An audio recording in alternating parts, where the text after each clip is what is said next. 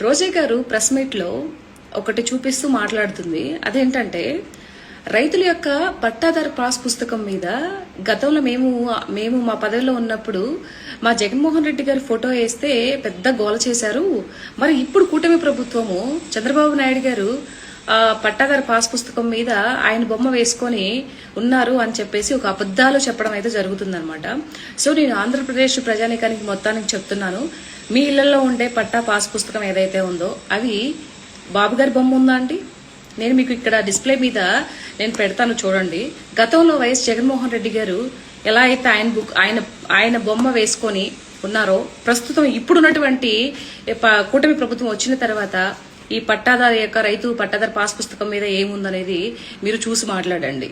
రోజా గారు ఎందుకు ఇంత బస్సుపూసి మారేడికాయ చేసినట్టు ఇంత అబద్ధాన్ని ఎందుకు మీరు ప్రజల్లోకి తీసుకెళ్తున్నారు నాకు అర్థం కావట్లా. నిజాలు మాట్లాడి నిజాల మీద కట్టుకున్నటువంటి పునాది చాలా స్ట్రాంగ్ గా ఉంటుందండి. అబద్ధాల మీద ఎన్ని రోజులు మీరు కట్టుకొని పోయినా కూడా అది పేక మెడల్లాగా కూలిపోతుంది. మీరు ఆ విషయాన్ని గమనించడం లేదు. మీరు మాట్లాడే ప్రతి ఒక్క మాట అది జగనన్నకి చాలా డ్యామేజ్ చేస్తుంది తప్పితే అభివృద్ధికి ఏ విధంగా ఉపయోగపడదండి. మీ పార్టీ యొక్క అభివృద్ధికి ఏ విధంగా ఉపయోగపడదు. సో కాబట్టి పార్టీలో ఏదన్నా ఇప్పుడు ఏదైతే అధికార పక్షంలో ఉన్నటువంటి కూటమి ప్రభుత్వాన్ని ఏదన్నా తప్పు చేస్తే మాట్లాడొచ్చు, ఎవరైనా మాట్లాడొచ్చు, ఏంటి ఇలా చేశారో అని అడగొచ్చు, మీకున్నటువంటి ఐడియాలు కూడా షేర్ చేయొచ్చు. కానీ లేని దాన్ని ఉన్నట్టుగా చెప్పే ప్రయత్నం మీరు ప్రజల్లోకి తీసుకెళ్తున్నారు చూడు, ఇది చాలా తప్పండి. మీరు ఇంత అబద్ధాలు, ఇంత మోసపూరిత మాటలు ఏదైతే అబద్ధాలు మాట్లాడుతున్నారో అది ప్రజలు చాలా స్పష్టంగా గమనిస్తారండి. సో ప్రజలందరూ తెలుసుకోవడం కోసం ఈ చిన్న వీడియో అండి. సో చూసారా, ఈ ఒక్క చిన్న పట్టాదారు పాస్ పుస్తకం మీద ఈవిడ ఎలాంటి అబద్ధాలు ఆడిందంటే, ఇంకా ఫ్యూచర్ లో రేపు ఏదైనా వీళ్ళకి ఓట్లేసి గెలిపించారంటే అసలు ఇంకా ఆంధ్ర రాష్ట్రమే కనిపించదు మనకు ప్రపంచ మ్యాప్ లో. కాబట్టి గమనించండి, ఇలాంటి అబద్ధాలు ఆడే పార్టీ నాయకులు ఎవరైతే ఉన్నారో, ఇలాంటి దిక్కుమాలిన సంత ఎవరైతే ఉన్నారో వాళ్ళకి తరిమి కొట్టి బుద్ధి చెప్పాలి. కాబట్టి మనందరం కూడా ఇలా అబద్ధాలు మాట్లాడే వాళ్ళని తరిమి కొట్టే పనిలోనే ఉందాం. ఎవరు మాట్లాడాల్సిన అవసరం లేదు. ప్రతి ఒక్కరికి ప్రభుత్వం ఏ విధంగా మంచి పనులు చేసుకుంటూ పోతుంది, ఏ విధంగా కంపెనీస్ వస్తున్నాయి, ఏ విధంగా మన ప్రభుత్వము చంద్రబాబు నాయుడు గారు కానీ, లోకేష్ గారు కానీ, మన పవన్ కళ్యాణ్ గారు కానీ ఏ విధంగా ఆహర్నిశలు పాటుపడుతున్నారు ప్రజల కోసం, అది అందరికీ స్పష్టంగా అర్థమవుతుంది. కాబట్టి ఇలాంటి దిక్కుమాలిన మాటలు మాట్లాడి అబద్ధపు దాని మీద నిలబడాలని చూసి ఇలాంటి వాళ్ళని తరిమి కొట్టాలని చెప్పేసి మీ అందరికి చెప్తున్నాను. సో ప్రజలకు గమనించండి, ఓకేనా? జై కూటమి, జై శ్రీరామ్. థ్యాంక్ యూ అండి. అందరికీ నమస్కారం. ఈ రోజు రాష్ట్రంలో జరుగుతున్న కొన్ని విషయాల గురించి మీకు చెప్పే ప్రయత్నం చేస్తాను. సో గతంలో తండ్రిని బాబాయిని చంపిన వ్యక్తులు వీళ్ళేనా అనే అప్పుడు అనుమానంగా ఉన్నింది. బట్ ఇప్పుడు ఈరోజు బోత్స గారు మాట్లాడిన మాటలు చూస్తుంటే నిజమేమో అనిపిస్తుంది. అలా ఉంది ఈ యొక్క జగన్మోహన్ రెడ్డి వైతరిని అర్థమవుతుంది అనమాట.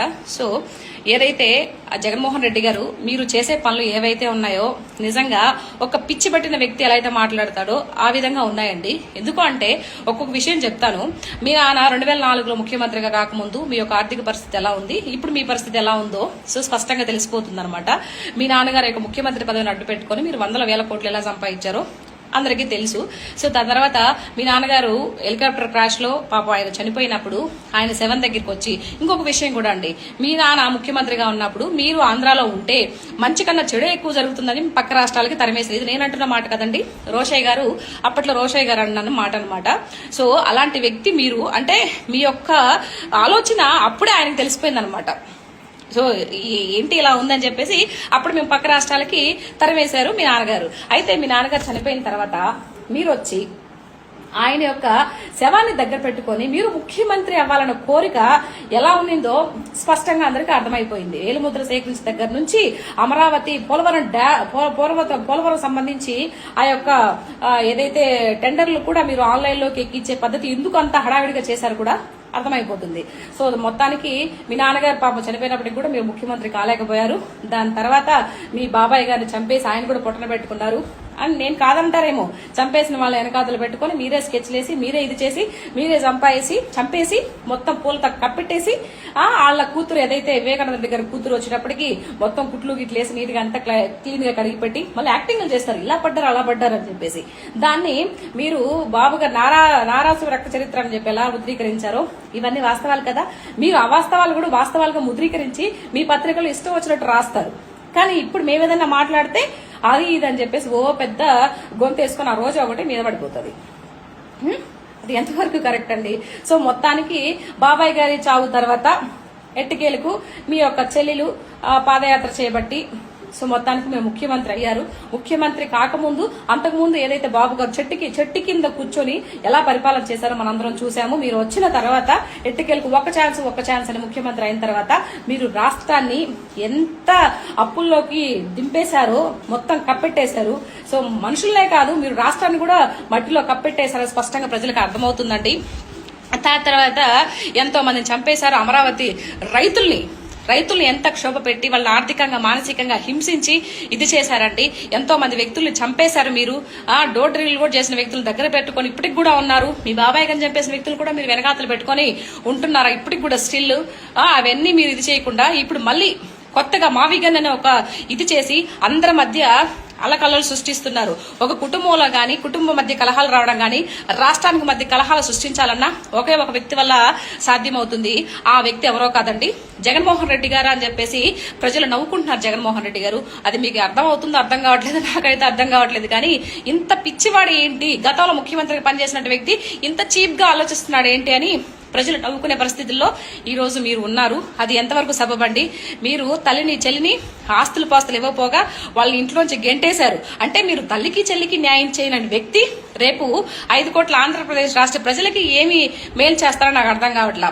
ఏ రాష్ట్రంలోకైనా సరే ఏ వ్యక్తులైనా వచ్చినా ప్రజల కోసం మాత్రమే పాటుపడాలి. కానీ మీ యొక్క ధోరణి ఎలా ఉంది అంటే పదవికాంక్ష, ఓన్లీ పదవికాంక్ష. మీకు కావాల్సింది సీఎం చైర్ మాత్రమే. మీకు ప్రజలతో పనిలేదు, రాష్ట్రంతో అభివృద్ధితో అసలుకే పనిలేదు మీకు. రాష్ట్రంలో ఇప్పుడు అచ్చెన్నాయుడు గారు చెప్పారు కదా, ఏదైతే ఉత్తరాంధ్రకు సంబంధించి అన్ని ఇరిగేషన్ ప్రాజెక్టులు కానీ, కంపెనీస్ కానీ, అక్కడ సీఎంలకి నీళ్లు ఇవ్వడం కూడా అంతా ఎంతో ప్రగతిపరంగా ముందుకెళ్లిపోతుంటే రాష్ట్రం మీద బురద చల్లని ఒక ఇదితో మీరు కక్ష కట్టి మావిగన్ అని 3 రాష్ట్రాల ప్రజలకి అల్లకల్లలు సృష్టించి మీరు ఇది చేస్తున్నారు. అది ఎంతవరకు సబబు?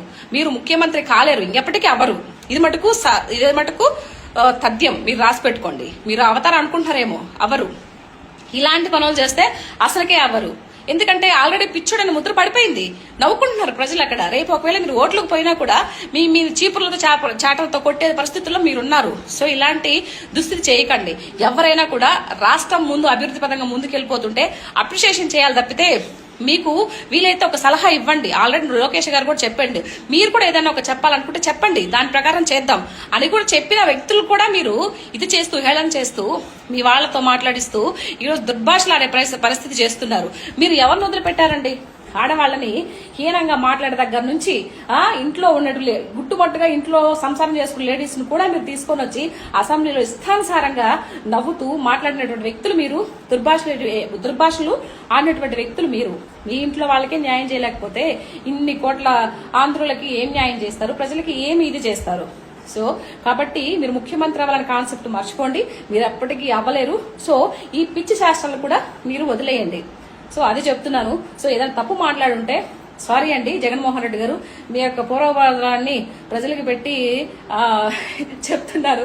సో నాకు ఒకటి అర్థం కావట్లేదు, ఒక నవ్వు కూడా వస్తుంది నిజంగా. రాజశేఖర రెడ్డి గారు ఆ రోజు మీరు హెలికాప్టర్ వెళ్ళేటప్పుడు మా జగనాన్ని తీసుకోపోయి ఉంటే నిజంగా బాగుంటేదండి. ఈ రోజు ఈ పరిస్థితి వచ్చుడిపోతుండే, మాకు ఈ కర్మలు అయిపోతుండే.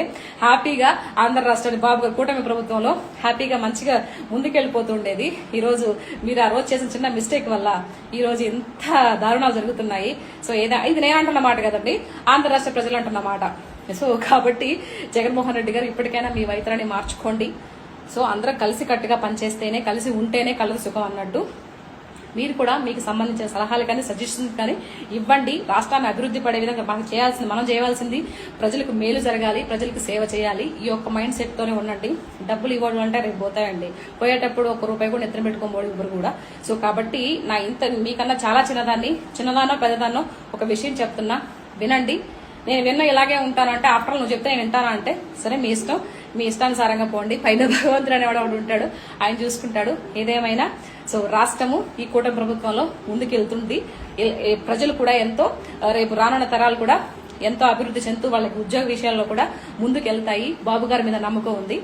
సో కాబట్టి ఇలాంటి ఉడత బెదిరింపులు, ఇలాంటి పిచ్చి పిచ్చి శాస్త్రాలు కూడా ఎవరు అదురు బెదురు పడరు. కాబట్టి జగన్మోహన్ రెడ్డి గారు మీరైతే మానుకోండి ఇలాంటి శాస్త్రాలు. మీ వాళ్ళని కూడా మాట్లాడడం, నోరు అదుపులో పెట్టుకుని మాట్లాడమని చెప్పండి. ఇష్టానుసారంగా బూతులు మాట్లాడితే ఇక్కడ ఎవరు చూస్తూ ఊరుకుంటారు.